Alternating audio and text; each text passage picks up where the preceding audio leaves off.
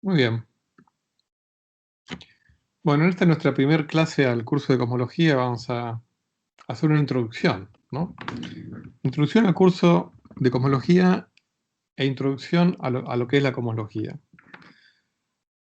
A mí me parece que una de las formas de introducirse a lo que es la cosmología, que, como su nombre lo indica, es el estudio del cosmos como un todo, del cosmos, del universo, es hacer dos cosas complementarias entre sí.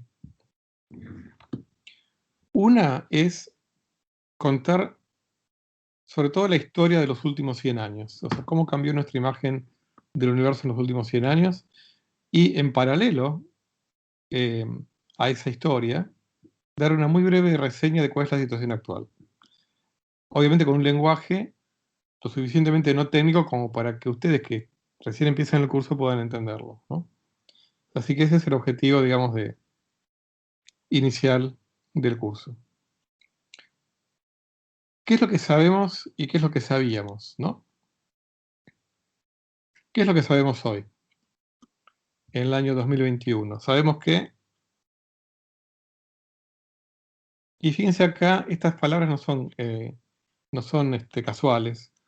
Cuando ahí ven que escribí que la evolución del universo comenzó hace aproximadamente 13.800 millones de años, cuando emergió de un mar de materia y energía caliente y denso.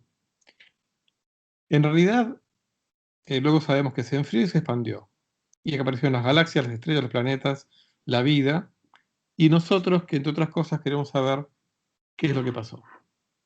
Nuestra historia anterior a nuestro presente. Decir que el universo comenzó hace 13.800 millones de años es muy aventurado, porque en realidad no sabemos si el universo comenzó hace 3.800 millones de años.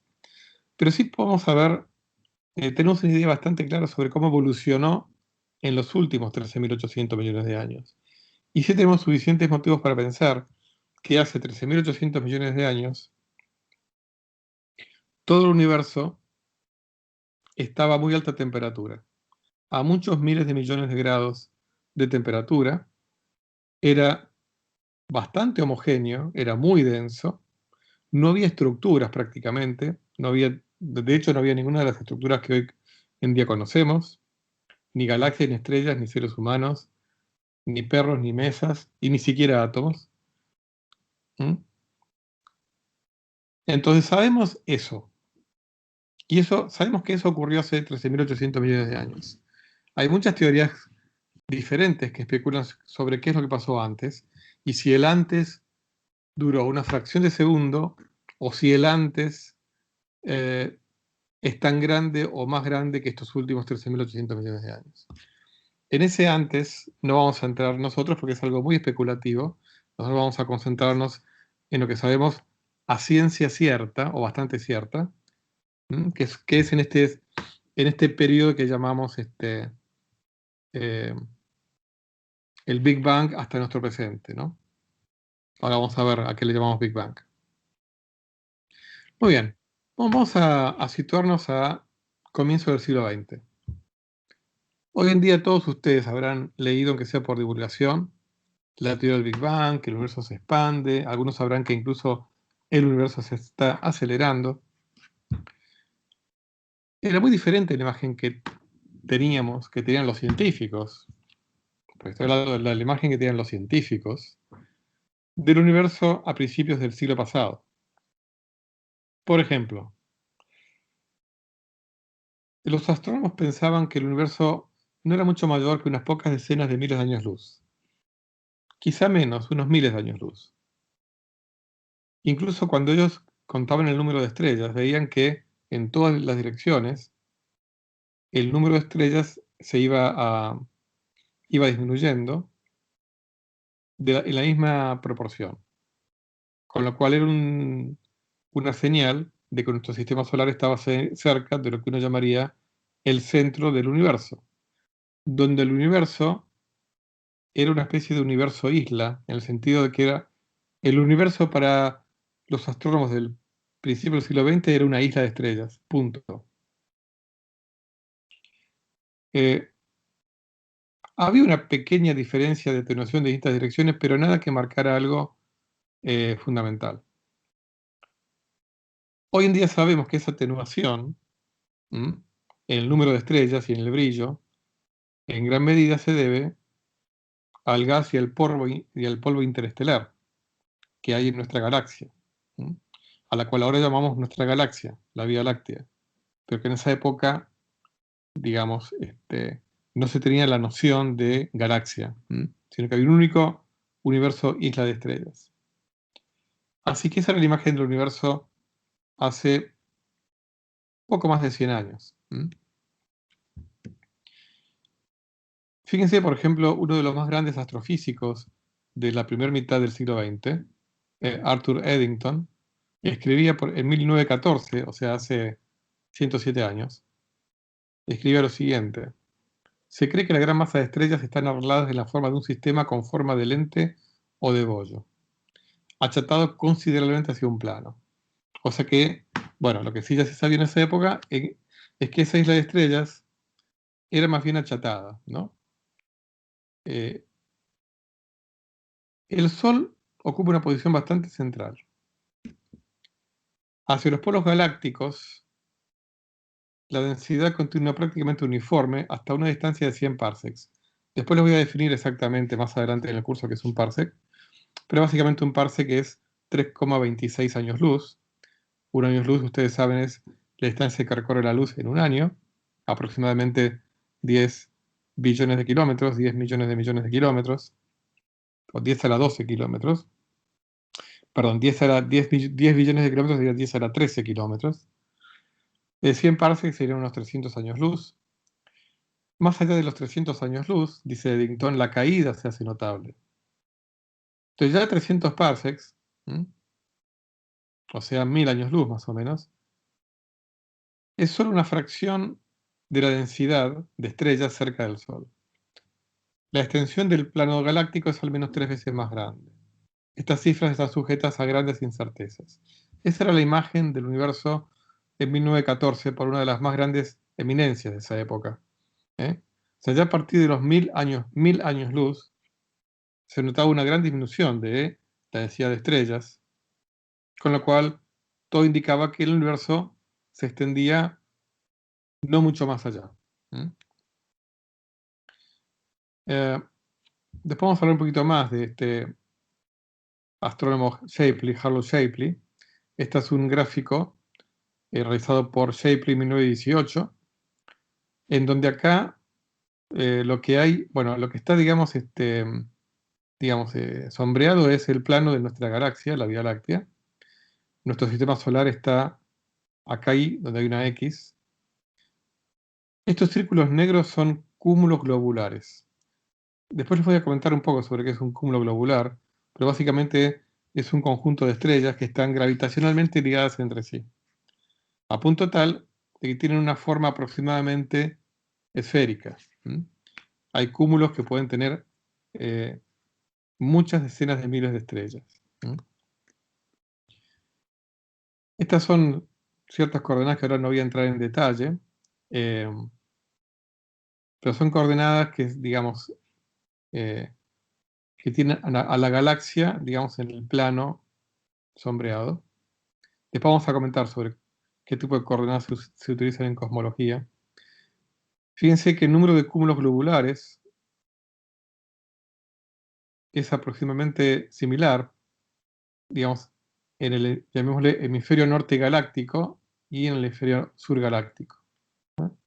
O sea que parecería como que el plano galáctico, que acuérdense que en esa época es el plano de nuestra isla de estrellas, es bastante isótropo. No hay diferenciación entre el hemisferio norte y el hemisferio sur galáctico.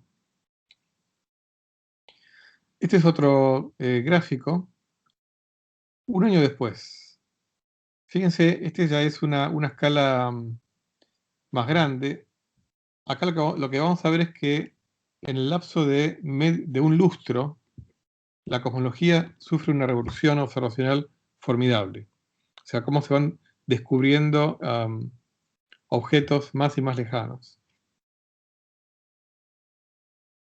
Acá en el centro está, perdón, el sistema solar. La línea punteada esta es el eje mayor de la galaxia. Y acá está el centro. Fíjense cómo acá empieza a haber indicios de que en realidad el Sol no está tan en el centro del universo isla de estrellas. Porque la escala de este gráfico es mucho mayor que la escala de este gráfico. Aquí, estos círculos concéntricos están separados por 10.000 parsecs, o sea, 32.600 años luz. Y acá lo que se ve es que la mayoría de los cúmulos globulares están fuera del plano de la galaxia. Por eso es que en esta época, digamos, nuestra ventana a las grandes distancias estaban de la mano más que nada de los cúmulos globulares. Porque hoy en día sabemos que los cúmulos globulares, la mayoría están fuera del plano de nuestra galaxia, están más bien por encima o por debajo. Por lo tanto, no sufren tanto la atenuación del gas y el polvo que hay en el plano de nuestra galaxia. Entonces, por eso los cúmulos globulares de alguna manera fueron nuestra ventana en la década del 10 para ir mucho más allá de nuestra vecindad de estrellas. Y gracias a el rápido descubrimiento de nuevos cúmulos globulares, es como empezó a haber evidencias de que en realidad el Sol no está en el centro del universo. A este descubrimiento de que el Sol no está en el centro del universo, lo vamos a llamar la primera gran revolución observacional de los últimos 100 años, porque claramente es una revolución en nuestra imagen del universo. En realidad, la llamamos primera porque vamos a enumerarla a partir del último siglo, ¿no? De los últimos 100 años. Obviamente hubo una gran revolución observacional que fue la que hizo Copérnico, ¿no? Cuando en el siglo XVI, digamos, propuso y de alguna manera descubrió o reunió evidencias de que la Tierra no está en el centro del universo, sino que está desde el Sol. Lo que está ocurriendo en esta época es una gran revolución observacional, quizá la siguiente, después de la de Copérnico, que es descubrir que el Sol no está en el centro del universo. La Tierra no lo está, pero tampoco lo está el Sol. Muy bien, vamos a hablar un poquitito de una no tan famosa como debería serlo, astrónoma, llamada Henrietta Swan Leavitt. Era hipoacúsica, era hijo de un ministro de una iglesia congresional en Massachusetts, en Estados Unidos. Su gran pasión era la astronomía. Y ella nació en 1868, a partir de 1893 trabajó con Edward Pickering, un importante astrónomo en el observatorio de Harvard, midiendo luminosidades de estrellas y catalogando, ¿no?, estas estrellas. Lo que notó Henrietta es que muchas de estas estrellas son variables y muchas de estas están en lo que llamamos las nubes de Magallanes, tanto la gran nube como la nube pequeña de Magallanes. Lo que observó Henrietta en 1908, ¿no?, a través de un artículo que publicó, es que las más brillantes tenían periodos más largos. Esto fue un gran descubrimiento que va a ser fundamental unos pocos años después. Esta relación la fue perfeccionando, la fue refinando, digamos, incluyendo nuevas determinaciones de luminosidad intrínseca. ¿Por qué digo esto? Después vamos a ver por qué. Digamos, pero ahora sabemos que las nubes de Magallanes son galaxias satélites de nuestra Vía Láctea. Entonces, lo que uno puede medir en forma directa son magnitudes aparentes, o sea, el brillo con que nosotros vemos la estrella, no el brillo intrínseco. Nosotros lo que podemos ver de una estrella, medir en forma directa, es el brillo aparente. Cómo brilla ante nuestros ojos o ante nuestros telescopios, ¿no? El tema es que si no sabemos a qué distancia está, no podemos determinar cuál es su brillo absoluto. Ahora bien, estas estrellas variables, las que están todas en una determinada nube de Magallanes, suponiendo que están más o menos a la misma distancia, obviamente digamos, las nubes de Magallanes son estructuras grandes, pero bueno, en comparación a lo que hoy sabemos que es la distancia de la nube de Magallanes, las distancias de estas estrellas son proporcionalmente, la diferencia es proporcionalmente pequeña, ¿no? Entonces, por un lado eso. Por otro lado, a partir de la determinación de espectros de estas estrellas y de los primeros modelos estelares y de algo que después vamos a ver en detalle, que es las curvas de luminosidad versus temperatura, encontradas por unos astrónomos llamados Hertzsprung y Russell, que después vamos a hablar. Henrietta pudo determinar la relación entre el período de variación y la luminosidad intrínseca. Bueno, justamente hablando de estos astrónomos, uno de ellos, Einar Hertzsprung, determinó las distancias a varias de estas estrellas variables, que se llaman cefeidas, en la Vía Láctea, mediante paralaje estadístico. No les voy a decir nada porque vamos a ver más adelante en detalle en qué consiste el método del paralaje estadístico. Lo cierto es que con este trabajo conjunto, Henrietta pudo determinar una relación período-luminosidad para estas estrellas llamadas variables cefeidas. Eso lo vamos a guardar en un rincón, después lo vamos a usar de nuevo. Y aquí es donde llegamos a lo que llamamos la primera revolución observacional, de la mano de Harlow Shapley, o, dicho con otras palabras, adiós al heliocentrismo. El Sol no está en el centro del universo. Bueno, Harlow Shapley nació en 1885 en Nashville, Estados Unidos. Bueno, una historia muy particular, dejó la escuela en quinto grado, salió a trabajar, trabajó de periodista en la sección policial, completó el secundario libre, luego fue a estudiar periodismo, quería estudiar periodismo en Missouri, pero bueno, la universidad se había cerrado. Decidió estudiar astronomía, según cuenta él, porque arqueología, que era otra opción, era una palabra que le costaba pronunciar. Es un detalle, una anécdota al margen. Finalmente, bueno, era excelente, era muy inteligente, excelente alumno, obtuvo una beca en la Universidad de Princeton y estudió con Henry Russell, que es el Russell que junto con Einar Hertzsprung van a, digamos, inventar lo que se llaman los diagramas de Hertzsprung-Russell, de los cuales vamos a hablar después. Muy bien. Entonces, mediante la relación período-luminosidad de las variables cefeidas, ¿no?, de las estrellas variables cefeidas, determinó las distancias a muchos de estos cúmulos globulares. O sea, digamos, Henrietta había determinado una curva, una ley que satisfacen estas estrellas variables, muy precisa. Entonces, ¿qué pasa? Si yo observo estrellas cuyo brillo varía, con periodos similares a los de las variables cefeidas, y yo supongo que son también estrellas del mismo tipo, deduzco cuál es su luminosidad absoluta. Entonces, si yo tengo la luminosidad aparente, que es la que yo mido con mi telescopio, y tengo la luminosidad absoluta, puedo determinar la distancia. ¿Cuál es mi única hipótesis? Que la física, o que el tipo de estrella que está en ese cúmulo globular, cuya distancia yo no puedo determinar por paralaje de ningún tipo, porque está muy lejos. Ya vamos a ver que el método del paralaje es muy acotado, incluso hoy en día.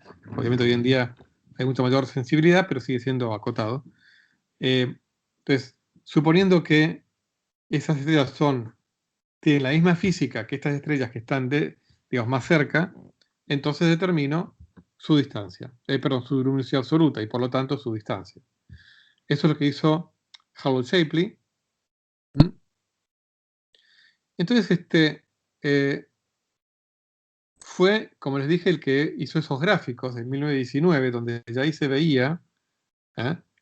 Al determinar las distancias de los cúmulos globulares, esos cúmulos que hasta hace 2 años antes no se sabía muy bien qué distancia estaban, fue que él se dio cuenta que había cúmulos que estaban a, de repente, 10.000 años luz.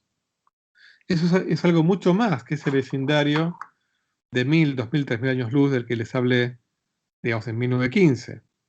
Entonces, los cúmulos globulares, descubre Shapley, con la curva de Henrietta Lewis, ¿no?, de variedades cefeidas, descubre que están mucho más lejos que nuestro vecindario de estrellas. Están a 10, 20, 30.000 años luz. Entonces, lo que hace Shapley es descubrir dos cosas. Una, que la Vía Láctea es mucho más grande de lo que se creía, no 2.000, 3.000, 4.000 años luz, sino varias decenas de miles de años luz, y que además el Sol está, no solamente no está en el centro de nuestra galaxia, sino que está bastante más lejos, como vimos en el gráfico que mostré hace un ratito. Entonces, la primera gran revolución observacional, adiós al heliocentrismo, se debe a importante astrónomo, con la importante ayuda de Hertzsprung, de Russell y fundamentalmente de Henrietta Leavitt y su descubrimiento de la relación de las variedades cefeidas, ¿no? Luminosidad de este periodo de variación. Como para terminar un poco este breve paneo de la vida de Shapley, tuvo una carrera brillante, luego fue director del Observatorio de Harvard hasta 1952.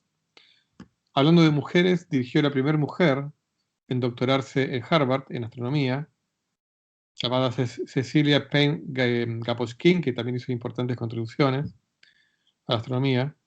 Y bueno, y fue finalmente, Shapley fue responsable de agregar la S en la UNESCO.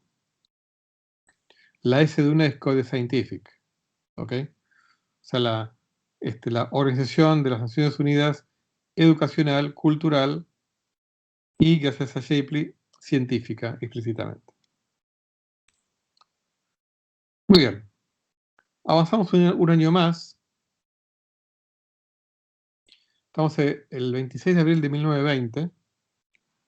Se produce lo que se llama el Gran Debate en el Auditorio Byrd del Museo Smithsoniano de Historia Natural.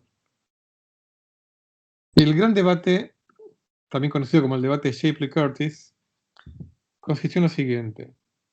¿Las nebulosas espirales son pequeñas estructuras dentro de nuestra galaxia o están fuera de nuestra galaxia, de nuestra isla de estrellas? Los cúmulos globulares, que estaban lejos, de todas maneras se determinó que en realidad seguían siendo parte de nuestra isla de estrellas.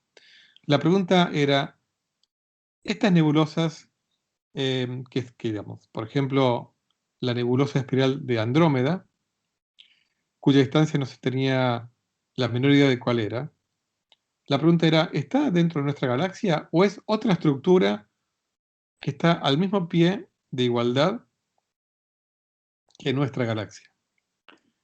Muy bien. En este encuentro, cada uno de estos, Shapley y Curtis, dieron una conferencia sobre la escala del universo, ¿no? Cada uno dio su conferencia y luego a la tarde fue el debate, ¿no? Bueno, en esta época, Shapley estaba en el observatorio Wilson. Él estaba a favor de que la Vía Láctea era el universo entero y que Andrómeda y otras nebulosas eran parte de ella. Fíjense que Shapley, que fue el gran autor de la primera revolución observacional, resulta que en este debate estaba, digamos, en el lado equivocado, ¿no? Pero ¿cuáles eran los argumentos de Shapley? Bueno, uno de ellos era que el otro astrónomo, Adrian Van Manen, observó una, digamos, rotación en Andrómeda de 0,02 segundos de arco por año. Después vamos a ver cómo es que se puede medir la rotación de una galaxia, digamos, tiene que ver con el efecto Doppler, pero eso lo vamos a ver más adelante. Entonces, lo que decía Shapley es que si realmente fuera otra galaxia, bueno, si fuera otra galaxia tendría que estar como mínimo a varios cientos de años, a varios cientos de miles de años luz de distancia. Acuérdense que ya la Vía Láctea tenía un tamaño de varios decenas de miles de años luz. Entonces, con este velocidad angular de rotación, supondría que el borde de Andrómeda, los objetos que están en el borde de Andrómeda, viajan más rápido que la velocidad de la luz, decía Shapley, ¿no? El otro argumento era que habían observado en esos años una estrella, una supernova, que había brillado más que todo el núcleo de la galaxia. Y eso tampoco podía ser concebible que una sola estrella brillara más que una galaxia entera, o sea, más que em, decenas y decenas de miles de estrellas, perdón, decenas de miles de millones de estrellas juntas. Eso era inconcebible. ¿Mm? Esos son los argumentos de Shapley en contra de que Andrómeda fuera otra galaxia. Bueno, acá está Shapley, acá está Curtis. Herbert Dawes Curtis, otro astrónomo que en ese momento estaba en el observatorio Lick, estaba a favor de que Andrómeda y otras galaxias nebulosas espirales, como se llamaban en esa época, eran otros universos islas. Por ejemplo, mostró que se observaban más estrellas supernovas en la historia de la astronomía en Andrómeda que en la Vía Láctea. Entonces, para Curtis eso solamente es explicable si Andrómeda es otra isla de estrellas. ¿Cómo puede ser que tengamos dentro de nuestra propia Vía Láctea una estructura espiral dentro de la cual haya más novas que en el resto de nuestra propia galaxia, ¿no? Otra evidencia que mostró Curtis es líneas oscuras o líneas de absorción presentes también en otras galaxias, en otras nebulosas, similares a las nubes de polvo de nuestra isla de estrellas. O sea, digamos, a las líneas de absorción de nuestras propias nubes de polvo y corrimientos Doppler importantes, ¿no? Bueno, resulta que poquito tiempo después se comprobó que el que tenía razón era Curtis, entre otras cosas, porque estas mediciones de Adrian Van Manen estaban incorrectas. O sea, Andrómeda no rota tanto, digamos, angularmente, la velocidad angular de rotación no es tan grande como esta que había dicho Van Manen. El otro motivo que arguía Shapley era simplemente un prejuicio, porque efectivamente hoy en día sabemos que las supernovas efectivamente durante algunos días o semanas pueden brillar más que una galaxia entera. O sea, durante las primeras horas de la explosión, incluso los siguientes días, una supernova puede brillar más que una galaxia entera. Lo cual es sorprendente, pero es así. Así que lo único que tenía razón Shapley es que el Sol no está en el centro de nuestra Vía Láctea, pero que el universo es mucho más que nuestra isla de estrellas. Entonces, de alguna manera, por esto lo podemos llamar una segunda revolución observacional de los últimos 100 años. O sea, el universo es mucho más grande que nuestra isla de estrellas.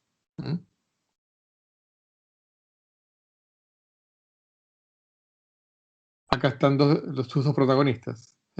Este es de la primera revolución, este de la segunda. En paralelo a todo esto, es bueno no olvidar que estaba este hombre muy famoso, muy conocido por todos ustedes, Albert Einstein, en 1915, descubriendo su teoría general de la relatividad a través de las ecuaciones que hoy llamamos las ecuaciones de Einstein, donde el universo está descrito por una variedad, un conjunto que no es el conjunto de Euclides, el espacio no es el de Euclides, es un espacio curvo, el tiempo también es curvo, y el espacio-tiempo, acuérdense que en 1905 ya el propio Einstein había desarrollado su teoría de la relatividad especial. El espacio-tiempo, la unión del espacio con el tiempo, es una variedad que se curva. Y esa curvatura del espacio y del tiempo es la forma en que se manifiesta la gravedad. La gravedad no es más que la curvatura del espacio-tiempo. Y esa curvatura está relacionada o de alguna manera interactúa con la materia. Los que no cruzaron relatividad general no tienen por qué entender estas ecuaciones. No las vamos a usar en forma explícita, vamos a usar, digamos, lo que nos interesa para la cosmología. Pero bueno, básicamente lo que está del lado izquierdo son un montón de cosas, de tensores, que tienen toda la información sobre la curvatura del espacio-tiempo. Y en el lado derecho está el tensor energía-impulso, que reúne toda la información sobre la distribución de materia en el universo. Como quizá alguno de ustedes sepa, el propio Einstein modificó sus ecuaciones de la relatividad al poco tiempo, agregándole un término llamado el término de la constante cosmológica, que es este que está acá, lambda g mu nu, donde g mu nu es la métrica del espacio-tiempo. Y lo hizo porque él se dio cuenta que sus ecuaciones originales no tienen soluciones en las cuales el tamaño del universo se mantenga constante. La única solución que tiene es muy inestable. O sea, todas las soluciones cosmológicas de estas ecuaciones nos dan un universo que bien se está expandiendo, se está contrayendo. Y Einstein no creía que el universo ni se contrae ni se expande. Por lo tanto, decidió modificarla agregándose este término que le da como una especie de elasticidad cosmológica o de tensión cosmológica que permite que haya soluciones en el universo ni se contrae ni se expande. Muy bien. Les voy a compartir una carta que le escribió Einstein a De Sitter, Wilhelm De Sitter, un físico y astrónomo holandés, que hizo contribuciones muy importantes a la cosmología y en particular a las soluciones cosmológicas de las ecuaciones de Einstein. Le escribe Einstein a De Sitter: he erigido solo un elevado castillo en el aire. Estaba hablando de su teoría de la relatividad general, ¿no? Compara el espacio con una tela flotando en reposo en el aire. O sea, el espacio como una especie de red o de tela, de la cual podemos observar una parte. Esta parte está ligeramente curvada, de forma similar a una sección pequeña de la superficie de una esfera. Filosofamos acerca de cómo debemos delinear la continuación de la tela, ¿no? Acerca de si se extiende indefinidamente o si tiene tamaño finito y es una unidad cerrada. Heine, un poeta alemán, proveyó la respuesta en un poema, y un tonto espera una respuesta. De modo que considerémonos satisfechos si no esperemos una respuesta, más bien veámonos tan pronto como sea posible en un estado seguro aceptable en Leiden. Bueno, acá, porque Einstein estaba en ese momento enfermo. Acá se refiere Einstein a que él era consciente de que su teoría permitía especular libremente sobre cómo era la estructura, la geometría del universo, siendo que nosotros tenemos acceso a un cachito, ¿no? del universo. O sea, a un cachito. Y aún así nosotros nos arrogamos la capacidad como para especular sobre el resto de cómo es todo el universo, ¿no? Bueno, y eso es lo que vamos a hacer nosotros a lo largo de todo el curso. Obviamente, las observaciones que tenemos hoy en día son infinitamente mayores que de las que disponía Einstein, pero no sigue siendo igual una pequeñísima fracción de todo lo que ocurre en el universo. Y eso ustedes se van a ir dando cuenta con el correr del curso. Entonces, bueno, finalmente, como en la carta indicaba, Einstein se reunió con De Sitter. Les cuento que hay una de las soluciones de las ecuaciones de Einstein cosmológicas se llama el universo de De Sitter, que es el que probablemente describa en forma bastante aproximada nuestro universo actual real. Porque en el universo de De Sitter el espacio se está expandiendo de forma acelerada. De todas maneras, no significa que nuestro universo sea exactamente el de De Sitter. El universo de De Sitter, la solución de De Sitter, es una solución en donde no hay materia, es una solución que se llama de vacío, en donde lo único que hay es una constante cosmológica. O sea, si quieren, es una solución de vacío de las ecuaciones de Einstein modificadas con esta constante cosmológica. Entonces, en este universo, el universo se expande en forma acelerada, o sea, cada vez más rápido, con lo cual cualquier observador, lo que se llama observador comóvil con la expansión del universo, lo que observa es que cualquier otro observador se aleja aceleradamente, ¿no?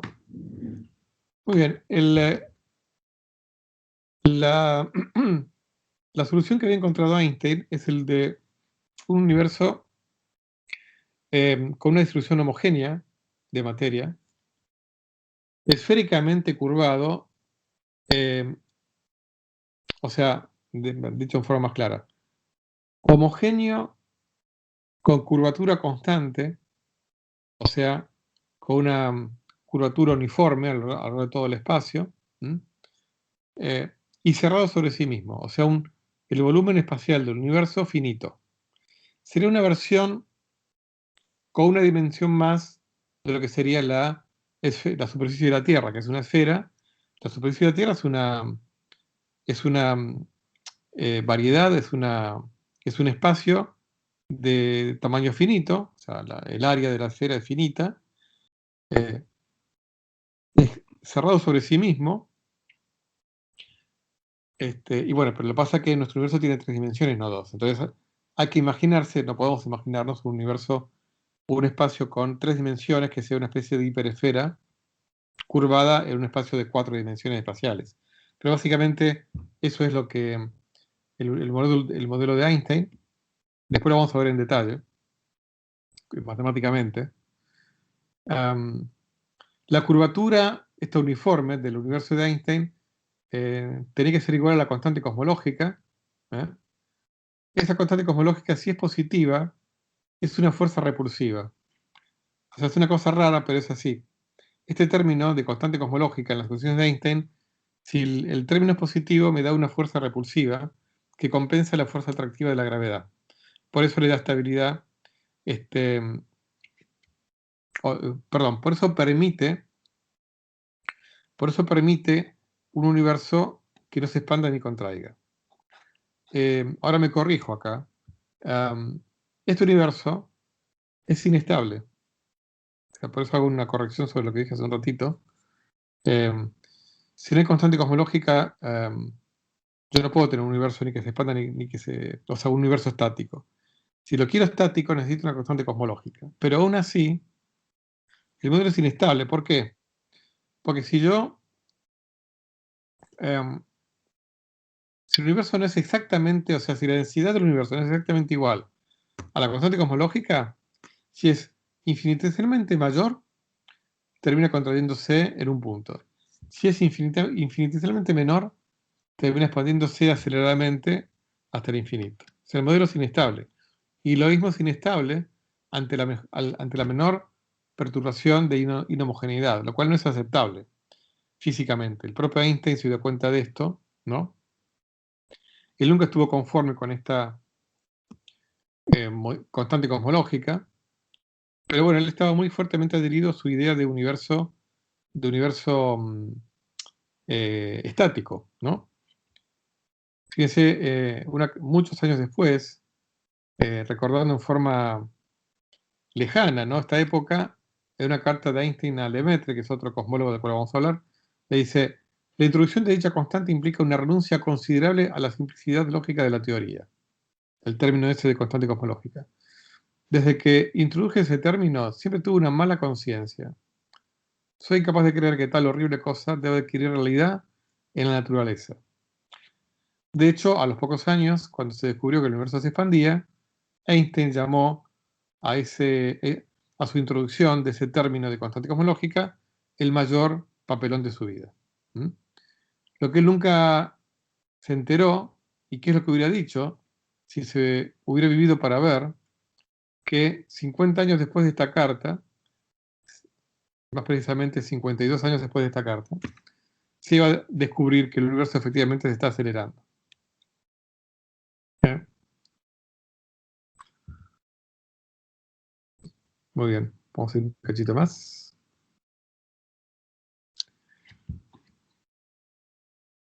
Acá una cita de Sitter del año 1931, de la década del 20, a la cual de la cual vamos a hablar en un ratito. Dice de Sitter: nunca en toda la historia de la ciencia hubo un periodo en el cual teorías e hipótesis nuevas surgieron, florecieron y fueron abandonadas en una sucesión tan rápida como en los últimos 15 o 20 años. ¿Eh? Acá hay una foto de Einstein y de Sitter en el Caltech, en el Instituto de Tecnología de California, en 1932. Y ahora vamos a ver por qué estos años 20 fueron realmente como locos, ¿no? Muy bien. Vamos a hacer una cosa. Vamos a cortar acá.